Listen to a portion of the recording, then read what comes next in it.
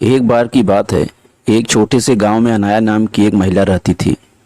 वह एक दयालु और अच्छी इंसान थी जो हमेशा अपने परिवार के लिए अच्छी अच्छी चीज़ें चाहती थी।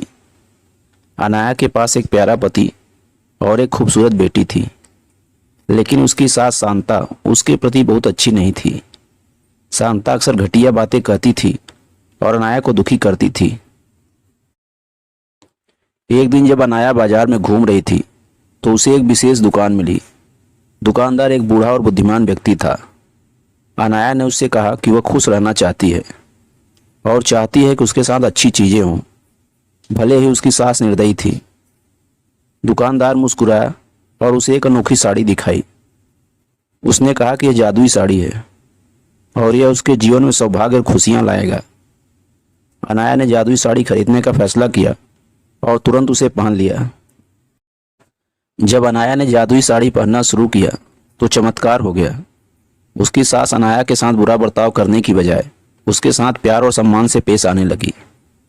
अनाया बहुत खुश थी क्योंकि उसकी सास उसकी सबसे बड़ी समर्थक और सबसे अच्छी दोस्त बन गई थी।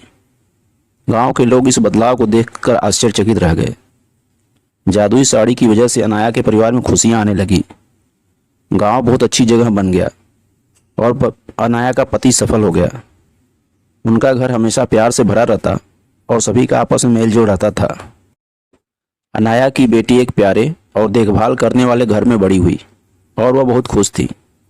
जादुई साड़ी की कहानी दूर दूर तक फैल गई और लोगों को दया और क्षमा का महत्व सिखाया।